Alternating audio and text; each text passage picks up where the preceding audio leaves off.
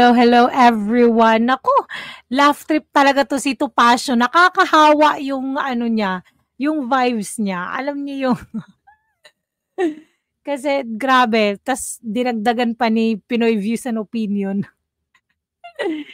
Nagmukha tuloy, naku talaga pinagtawanan yung magkapatid na Marcos. Ito guys, panoorin natin. Pinagtawanan ni aktor nito Topacio mga kababayan ang magkapatid na Marcos dahil nagkakalat mga kababayan eh.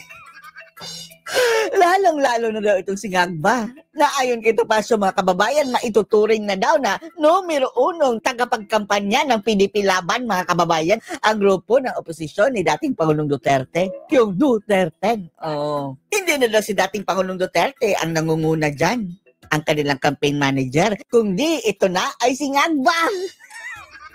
Dahil daw buisit na buisit ang mga tao kay Ngagba mga kababayan, lalong sumisikat ang mga kandidato ng PDP Laban.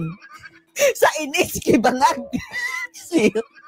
At yun, sa galit ng mga tao sa Marcos mga kababayan, pati ang kanyang kapatid na si Mangga, si Amy mga kababayan, ay sa mga survey ay bumababa. Baba! Ini-stress talaga nito Topacio mga kababayan ang bumababa. Renato Reyes. Para-oran niyo po ha. Tingin ko ang pinaka number one. Number one. Campaign manager. Effective ang campaign manager ng PDP Laban ng oposisyon. May bagong campaign manager ang PDP Laban. Aha. Alam mo kung sino? Sino po? Walang iba kundi ang Pangulo natin. Si Pangulong Marcos. Si BBM, di ba mga kababayan, sa inis ng mga tao kay BBM, no? Nag-vote straight na sa PDP Laban. Siya na campaign manager natin. Kasi dahil sa mga ginagawa niya, tumataas ang rating ng oposisyon. Parang reverse psychology ang nangyayari. Ano man? Ito ang napakalaking pagkakamali ng mga kababayan yung bagoong Pilipinas dahil ang kanilang campaigner ay si Ngagba. Diyos mio. Nasa mga ratings na nga mga kababayan, 14% na lang. Yan ang kanilang mukha ng kanilang pangangampanya mga kababayan. Kaya tingnan nyo ang kanilang kampanya ngayon. Sirang-sira. Walang pumupunta mga kababayan kung walang ayuda. Lahat sila spaghetting pababa ng pababa. At yung mga kasamahan nila, nagsisitalunan na, nagpunta na kay Bipo Sara. Kasi nabibwisit sa pamahalaan eh. Dahil sa buisit, nabibwisit sa pamahalaan. Kaya umaangat ang PDP Laban. By the way, Senator Amy Marcos. Si Amy Mangga. Bumababa eh. Bumababa? Oo, dati nasa siya eh. Mataas ang ranking niya. Nasa number 6 ata si Marcos dati mga kababayan sa Amy. 6, 7, or 8 andyan lang. Ngayon, lagpak na. Laglag na sa top 12. Ay, sa pangalang Marcos, medyo bumababa. Nadadamay. Bumababa. Pakinggan niyo pagkasabi ni Topacio ha. Ay, wala akong sinasabi. Bumababa yung rating. Alam ko yan eh. Alam ko yan. Baba mo yan. Ay nako. Baka makagat ni Renato Babalo Reyes ang kanyang dila mga kababayan. Medyo may pagkababa din si Amy Mangga mga kababayan. Hugis mangga rin.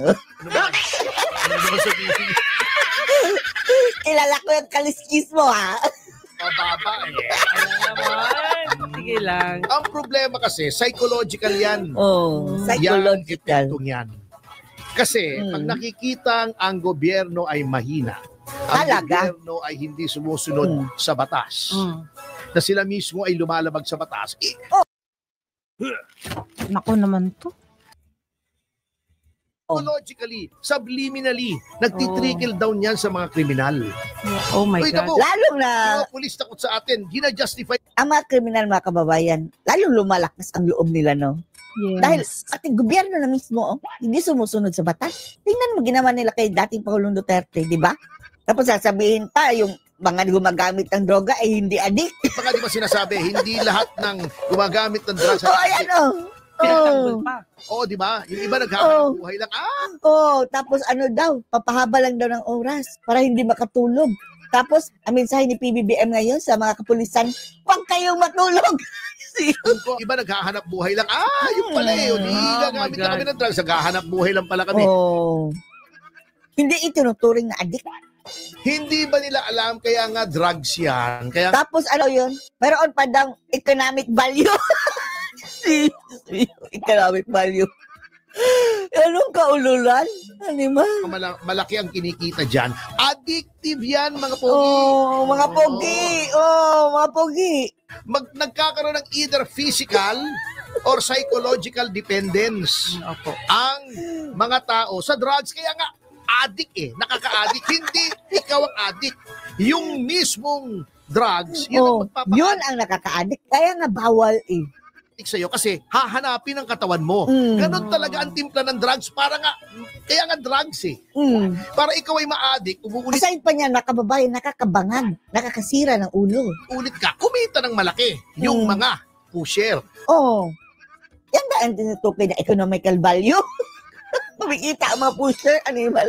Oh my Ako God. sasabihin, Nagbabayad ba ng tax yung mga addict yung mga pusher sa gobyerno? Pagkano ang tax sa Sa buwan? hindi lahat ng gumagamit ng drugs ay hindi addict. Iba, Ay, animal. gumamit yun isang beses, dalawang beses, sasabihin mo, okay lang, nagtatrabaho ka naman.